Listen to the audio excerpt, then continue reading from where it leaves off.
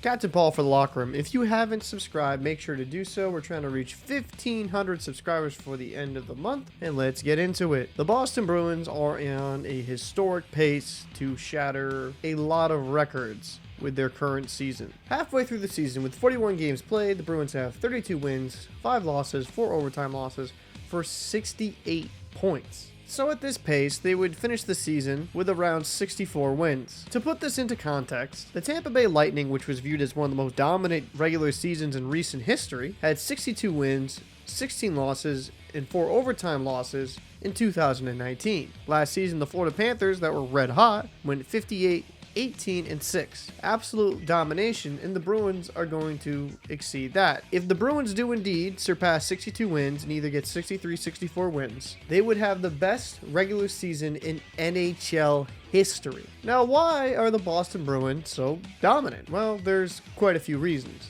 For goals for in the NHL, they are number 1. But also in goals against, they are number 1 with only 91 goals against. They have a plus 65 goals for, goals against differential, and that's just video game type numbers. So the Bruins can outscore you, and they can lock you down. That is a lethal combination. There's a lot of reasons why the Bruins are successful. David Pastrnak, in 41 games played, has 32 goals, 26 assists for 58 points. You have Brad Marchand, who came back earlier than expected with 33 games played, 13 goals, 24 assists for 37 points.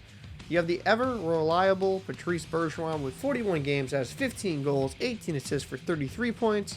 And David Krejci, in 36 games, has 11 goals, 20 assists for 31 points. The amount of secondary scoring on this team is honestly off the charts. They have over 10 players on their roster with 20 points or more. It seems whatever happens to the Bruins, injuries, nicks and bruises along the way, they're able to kind of put people in rotation and stay competitive. I mean, you're having a guy like Trent Frederic, in 38 games played, 9 goals, 8 assists, 17 points. Now that might not be nothing to write a home about, but completely change his trajectory within this organization. Because Frederic only has 1 less point from 60 games last season. So he is on pace to shatter his career best. I wouldn't be surprised in a game or two he already surpasses it. The Bruins have a very good defensive scheme and also have the defensemen get activated in the offense. And you can see guys like Connor Clifton, in which has thrived in this system under Montgomery. The offense and defense have been phenomenal. Lindholm, McAvoy, living up to the billing. Forward has had a fantastic year. Carlo has played well. There really has been just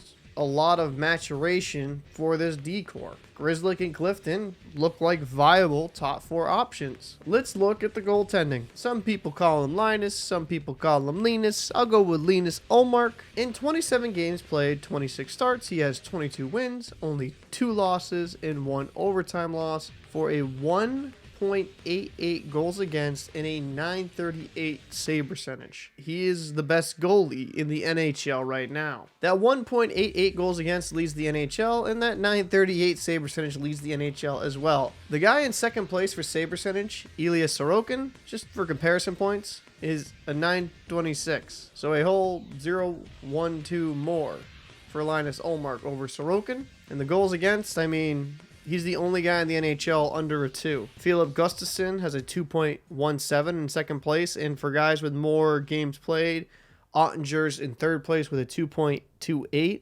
And those are phenomenal numbers. So let's not say they're not playing great, because they're playing fantastic. But it just goes to show the level in which Ullmark is playing is far greater than his counterparts throughout the league. There's a lot of positives to have here as a Bruins fan. You can't complain. I mean, this record going into the season, if you were to tell me the Bruins were going to be the number 1 team in the NHL and on pace to have the best regular season in NHL history, I think you'd be smoking crack. But hey, the Bruins are just able to find ways to win, whether it be in high scoring matches, which are very few of on this team, or just able to completely shut down and neutralize other teams' top options. What is my opinion of the Bruins going forward? To not sound like a complete homer, I think the Bruins have the chance here to run the table and win the Stanley Cup, but there is a few caveats with that. The Bruins are the oldest team in the NHL. This team is not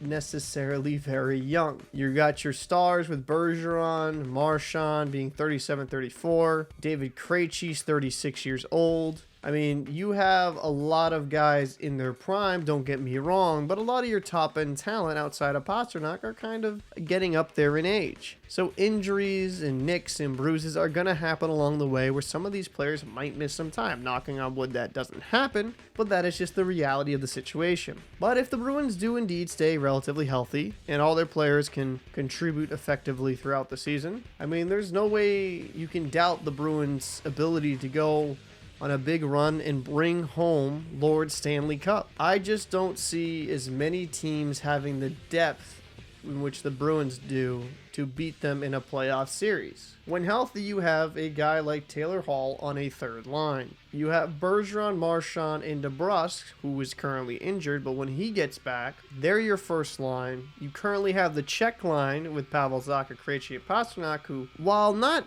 necessarily hitting their stride, still massively effective. And then you have Taylor Hall, Charlie Coyle, and Trent Frederick, who have just been a big boom on the third line. And the revitalization of Nick Foligno in 40 games played, 6 goals, 12 assists, 18 points, has also been a big factor that I think has gone underneath the radar as well. Nick Foligno seemed to be done, seemed to be over the hill and cooked, but the dude still looks like a viable third line option.